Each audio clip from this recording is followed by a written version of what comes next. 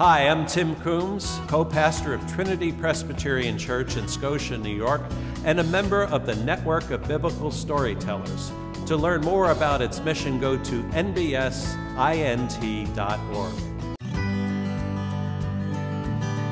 The Gospel according to Luke is the third gospel in the Christian canon, and it begins differently than the other gospels. It has an elongated birth story. First, we're told the story of the birth of John the Baptist, who's Jesus' cousin, we believe, through Elizabeth and Zachariah, and then the angel Gabriel comes to Mary and announces that she will be with child of the Holy Spirit.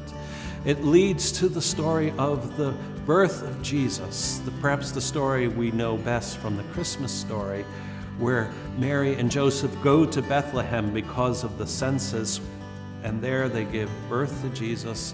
And then there's the story of the shepherds who are told by the angels about this birth, and then they come. From there we go to the adult ministry of Jesus. He is baptized, and what we find is a very compassionate Jesus who is healing people wherever he meets them.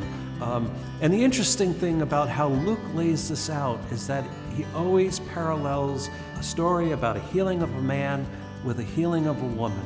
And all the way through the Gospel of Luke, we find a man's story and a woman's story, all the way through. And Jesus is also the great parable teller in Luke's Gospel. We have the famous parables of the Good Samaritan and of the Prodigal Son. It's the longest of the Gospels, given all of this great information and stories that Luke is telling us. And then, of course, there is the Holy Week story, how Jesus is betrayed and he is crucified and raised, and there's the unique Lukean story of the walk to Emmaus, in which Jesus appears to his disciples, though they don't know that it is him until they break bread together and their eyes are opened and they recognized him.